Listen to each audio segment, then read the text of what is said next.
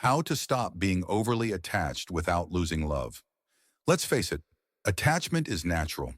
We're wired to connect, to bond, to want to feel close to those we care about. But sometimes what starts as love turns into fear.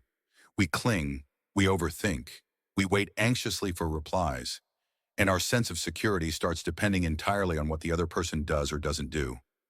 That's not love anymore. That's emotional survival. And the worst part? The more attached we become, the more we fear losing that person, which ironically pushes them further away. So how do we stop being overly attached without becoming cold or distant? That's what we're diving into today. The first shift has to happen within your own identity. Over-attachment often grows in the soil of self-abandonment. When you haven't built a strong connection with yourself, you begin to outsource your emotional needs to someone else. You're not just in love with them. You're surviving through them. And that's heavy for any relationship. The goal isn't to detach from love. The goal is to reattach to yourself. When you know who you are, when your day feels full even without their presence, when your emotions don't crash just because they took a little space, that's when you stop being needy and start being magnetic. A common mistake is believing that less attachment means less love. That couldn't be further from the truth. Healthy love requires space. It requires two full people, not two half souls clinging to each other for completion. Think about a healthy tree. It doesn't grab its branches to stay upright. Its strength is in its rooted foundation. And when you're emotionally rooted, you don't lose love. You elevate it, because now your love is a gift, not a demand. But let's talk about the emotional patterns that keep people stuck in overattachment. One of the biggest is the fear of abandonment. You might not even realize how much your reactions are being driven by childhood memories. Maybe you were ignored, dismissed, or made to feel like love had to be earned. So now as an adult, every time someone takes space, doesn't text back, or withdraws emotionally, your nervous system sounds the alarm. You're being left. The trick here isn't to shame yourself for reacting. It's to soothe yourself with truth. You are not that child anymore. You have choices now. You have tools. You can self-regulate. And the moment you realize that, you start healing the attachment, not by forcing someone to stay, but by reassuring your own heart that you are safe. Now, another cause of overattachment is fantasy thinking. You get so lost in the idea of what this person could be, what they represent, that you begin attaching to the potential instead of the reality. You imagine a future, you assign meaning to every small action, and before you know it, you're in a relationship with a version of them that exists only in your mind. That's not love. That's projection. To break this pattern, you have to stay present. Ask yourself, what is this person actually showing me? How do I actually feel in this connection? Safe or anxious? Seen or confused? Stay grounded in what is real, not what you wish was true. Let's talk about a powerful way to rewire your attachment style: mirror work and affirmations.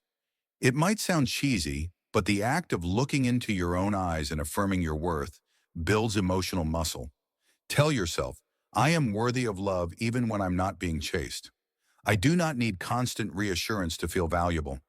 I bring peace, not pressure, into my relationships. These statements reprogram your inner narrative. You become your own emotional anchor. Because the truth is, no one can fill a hole in your self-worth. That's your job. And when you do that work, people will feel your grounded energy. It's not needy, it's not desperate, it's calm. And that calm is magnetic. One of the best strategies to reduce attachment anxiety is to create a life that's emotionally full outside of your relationship. This doesn't mean avoiding love, it means balancing it.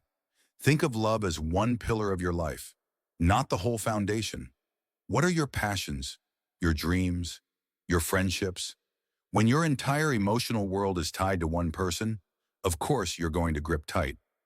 But when you spread your energy across multiple areas, you stop being emotionally starved. You stop needing one person to be your everything. And ironically, that makes your relationship healthier, because now you're choosing them, not chasing them. Let's address the fear most people don't talk about. The fear that if you stop being so emotionally available, they might leave. That fear is real. You worry that if you give them space, stop checking in constantly, or pull back even slightly, they'll lose interest. But here's the secret.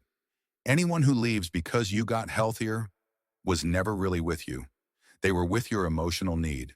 And the ones who are truly aligned with your growth will be drawn in even closer by your emotional independence. Detachment doesn't mean silence. It means no longer being emotionally hijacked by someone else's mood, distance, or inconsistency. It means choosing to love without losing your center. You can care deeply about someone and still not tolerate emotional chaos. You can be compassionate and still walk away from manipulation. The stronger your internal boundaries become, the freer your love becomes. And that's the love that lasts, not the one based on anxiety, but the one based on peace.